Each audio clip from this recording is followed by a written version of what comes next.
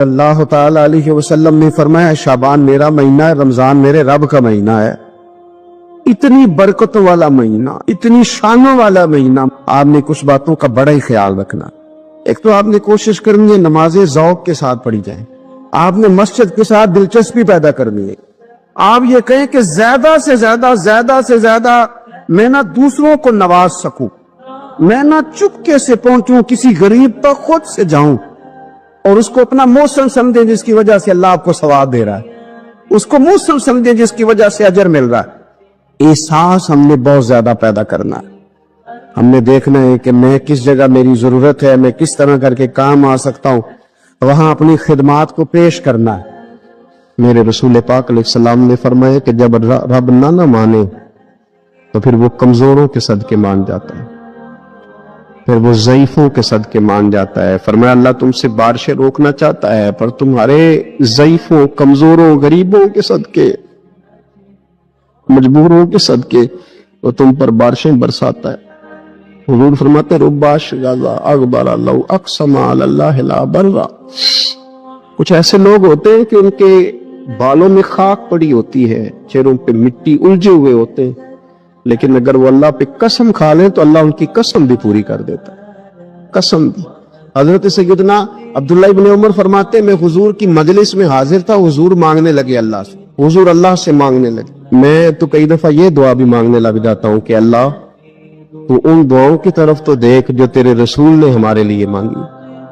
اللہ تو ہمیں تو نہیں نہ مانگنا آتا، نہیں طریقہ آتا، نہیں سلیقہ آتا، نہیں انداز آتا، ہم تو بے توجہ سے لوگ ہیں، بیٹھنے کا ڈھب نہیں آتا ہمیں تو ہاتھ اٹھانے کا سلیقہ نہیں آتا، ہم تو وضو کرنے کے اس طریقے سے آشنا نہیں، پر اللہ تیرے محبوب نے تو خوب مانگا ہے نا تجھ سے، تیرے پیارے حبیب علیہ السلام نے تو تجھے منایا ہے نا ہمارے حق میں، تو اللہ تو ان دعاؤں کی طرف تو دیکھ۔ حضرت عبداللہ ابن عمر رضی اللہ تعالیٰ عنہ فرماتے میں حضور کی مجلس مبارکہ میں بیٹھا تھا، ابو داؤد شریف میں موجود ہے، کہتے حضور دعا مانگ رہے تھے۔ دعا کیا تھی؟ دعا حضور یہ مانگ رہے تھے رب اغفر لی، یا اللہ ہمیں بخش دے، وتب علی، اللہ ہماری توبہ قبول فرما، انک انت التواب الرحیم، بے شک تو توبہ قبول کرنے والا اور رحم کرنے والا۔ حضور دعا مانگ رہے تھے اے اللہ رب اغفر لی، یا اللہ ہمیں بخش دے، وتب علی، اور ہماری توبہ قبول فرما، انک انت التواب الرحیم، بے شک تو توبہ قبول کرنے والا اور رحم کرنے والا۔ حضرت عبداللہ ابن عمر فرماتے اس ایک دعا کو ایک ہی مجلس میں ایک ہی جگہ بیٹھ کر میرے نبی پاک نے اپنی زبان اطہر سے 100 مرتبہ ادا فرمایا۔ یہ 100 مرتبہ حضور نے یہ لفظ کہے رب اغفر لی وتب علی، رب اغفر لی وتب علی، رب اغفر لی، اے اللہ بخش دے، رحم فرما، وتب علی، بس قبول کر لے نا اب ہماری توبہ، انک انت التواب الرحیم، بے شک تو توبہ قبول کر لیا کرتا ہے، تو رحم فرمایا کرتا ہے۔ ایک ہی مجلس میں 100 دفعہ حضور نے دعا مانگی، دعا مانگ کے پھر دعا مانگی، اور دعا مانگ کے پھر دعا مانگ، اللہ کو منایا میرے رسول پاک۔ حضور نے ہمیں بتلایا اسے مناؤ، اس کی بارگاہ عالی مرتبت میں جھکو، اور حضور نے خود بھی یہ طریقہ ہمارے سامنے بطور سنت کے چھوڑا، اور پھر نبی پاک صلی اللہ علیہ وسلم نے آگے بڑھ کے ہمیں کچھ اور باتیں بھی ارشاد فرمائی۔ حضور نے ہمیں بتلایا کہ پچھلے لوگ اپنے رب کو کیسے مناتے تھے، وہ کس طرح اس کے حضور ناز عرض کرتے تھے۔ حضور نے ہمیں اللہ کو منانے کے طریقے بھی بتلائے، فرمایا جب ماں باپ دعا مانگیں گے اولاد کے حق میں تو وہ مان جائے گا۔ حضور علیہ السلام نے فرمایا جب مسافر دعا مانگے گا تو اللہ مان جائے گا۔ فرمایا میرے رسول کریم نے کہ جب بیمار دعا مانگے گا تو اللہ مان جائے گا۔ اور سید عالم علیہ السلام فرمانے لگے جب تمہارے ضعیف، کمزور، مجبور لوگ دعا مانگیں گے تو اللہ مان جائے گا۔ اور حضور نے فرمایا جب تم فرض ادا کر کے دعا مانگو گے تو اللہ مان جائے گا۔ اور میرے محبوب نے فرمایا جب پچھلی رات اٹھ کے تم اس کے حضور عرض کرو گے تو وہ تمہاری دعاؤں کو قبول کر لے گا، وہ تم نے مان جائے گا۔ اور حضور نے ہمیں دن بتائے، فرمایا جمعے والے دن مانگنا مان جائے گا، شب قدر کو مانگ لینا مان جائے گا، شب برات میں دعائیں کرنا وہ مان جائے گا، رمضان کی راتوں میں مانگنا مان جائے گا، قرآن پاک کے ختم کے موقع پر دعا کرنا مان جائے گا، طریقے بتلائے۔ اب یہ ہے کہ ہم نے تو مانگنا تھا نا اس کی بارگاہ میں، ہم نے تو حاضر ہونا تھا، ہم نے تو جانا تھا، اب ہم نے آگے بڑھنا ہے، اس کے حضور عرض کرنا ہے۔ حضور نے ہمیں بتلایا، ہمارے پیارے رسول صلی اللہ تعالی علیہ وسلم نے بتلائی کہ جب انسان بہت زیادہ عاجزی کرتا ہے نا، بہت زیادہ عاجزی، تو پھر بھی اللہ مان جاتا ہے۔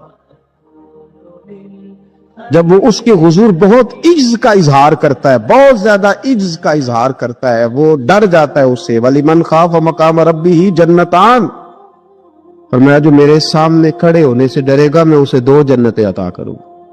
نبی پاک صلی اللہ علیہ وسلم نے فرمایا، حضرت ابو ہریرہ رضی اللہ تعالیٰ عنہ راوی ہے، حضور فرماتے ایک شخص مرنے لگا، اپنے بچوں سے کہنے لگا کہ میں جب مر جاؤں تو مجھے جلا دینا، اور پھر میرے جلے ہوئے وجود کو پیس دینا، پھر مجھے ہوا میں اڑا دینا، پتر مجھے اڑا دینا، مجھے بڑا ڈر لگتا ہے، اگر رب نے مجھ سے حساب پوچھا تو میں قابل نہیں ہوں، اڑا دینا مجھے ہواؤں میں، اگر اس نے مجھ سے عذاب لیا تو حساب لیا تو بڑا سخت حساب لے گا۔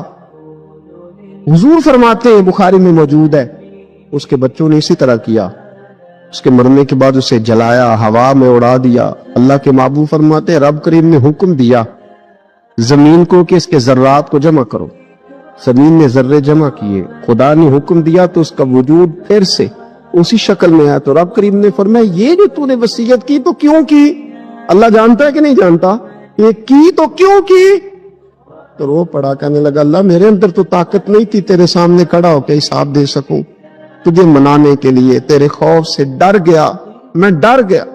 نوجوان دوستو، حضور نہ خطبہ دے رہے تھے، تقریر کر رہے تھے، جمعے کا دن تھا، ایک شخص کھڑا ہو گیا، ایک صحابی کھڑے ہو گئے، حضور نے ان سے کہا بیٹھ جاؤ۔ ہمیں تو باقاعدہ پتا چل گیا نا یہ حلال اور حرام ہے، پھر بھی بحثیں، گفتگو ہے، تبصرہ ہے، یہ کر لیں گے، بس وہ عمرے کے بعد میں نیک ہوں، بس وہ شادیاں 4 ہو جائیں تو میں ٹھیک ہوں، پھر تجھے پکا پتا ہے اتنا ٹائم تجھے ملے گا؟ حضور نے ایک شخص سے کہا، نام نہیں لیا، بیٹھ جاؤ۔ ایک صحابی اس کونے میں تھے، ان کے کان میں آواز گئی، مسجد کے دور کونے میں، وہیں بیٹھ گئے۔ ایک وہ باہر تھے کونے میں، کان میں آواز گئی بیٹھ جاؤ، وہیں بیٹھ گئے۔ ایک اس کونے میں، جب حکم ماننا ہے نا، جب غلامی کرنی ہے تو غلام تو بھاگ جاتا ہے، اشارہ ملتے ہی دوڑ جاتا ہے۔ لوگ مختلف کونوں میں بیٹھ گئے، نماز مکمل ہوئی، اللہ کے حبیب صلی اللہ تعالی علیہ وسلم نے فرمایا آپ کہاں تھے؟ حضور وہ آواز آئی تھی بیٹھ جاؤ، میں وہیں بیٹھ گیا تھا۔ آپ کہاں تھے؟ یا رسول اللہ میں وہ کونے میں تھا، میرے کانوں میں آپ کی مقدس آواز آئی بیٹھ جاؤ تو میں وہیں بیٹھ گیا۔ آپ کہاں تھے؟ یا رسول اللہ وہ دور تھا، بنو غنم میں، آواز آئی میں بیٹھ گیا۔ محبوب فرمانے لگے نہ آپ سے کہا، نہ آپ سے کہا، نہ آپ سے کہا، میں نے تو ان سے کہا تھا۔ رو پڑے، یا رسول اللہ آپ نے نام تو نہیں نہ لیا، ہم نے سنا نہ بیٹھ جاؤ تو غلام جو ہوئے، مقصود تو غلامی کرنا، تیرے حکم کے پابند ہیں، سانو قید سجن دا گہنا ہے، وہ جنج رکھے اساں اونج رہنا ہے، سانو تے قید سجن دا گہنا ہے، سونا جنج رکھے اساں اونج۔ امت غلامی کا دعویٰ حضور سے کرتی ہے، فیشن وہ کرتی ہے جو راج ٹی وی پہ دیکھا ہے۔ دعویٰ حضور کی غلامی کا، اور بات قبیلے کی مانتی ہے، دعویٰ حضور کی غلامی کا، اور چلتی وہ لوگوں کے کہنے پہ ہے کہ لوگ کیا کہیں گے۔ حضور اس لیے آئے ہیں کہ نبی پاک کی پیروی کرو، حضور کے نقش قدم چلو۔ رسول کریم نے ہمیں آسان دین دیا ہے، یہ رسمیں، یہ رواج، یہ کہانیاں، یہ سٹوریاں، انہوں نے ہمیں مشکل میں ڈالا ہے۔ میں پتہ دیندار کس بندے کو سمجھتا ہوں؟ جو محفل میں آیا، جمعہ پڑھتا ہے۔ میری رائے یہ ہے، میں نے یہ سنا ہے اپنے بڑوں سے، کہ دیندار ہونے کا پتہ اس دن چلتا ہے جس دن گھر میں شادی ہوتی ہے۔ مسجد میں تو سارے دیندار ہوتے ہیں، محفل والے دن بھی سارے، شادی والے دن پتہ چلتا ہے اب کوئی دیندار ہے کہ بے دین ہے، اب پتہ چلتا ہے، دین پہ عمل کرتا ہے کہ خاندانی رسومات پہ چلتا ہے۔ اب پتہ چلے گا کہ دکھوں کے وقت تو اللہ رسول کا نام لیتا تھا، اب سکھ کا وقت ہے، اب بھی لیتا ہے کہ نہیں، خوشی کے وقت بھی لیتا ہے کہ نہیں۔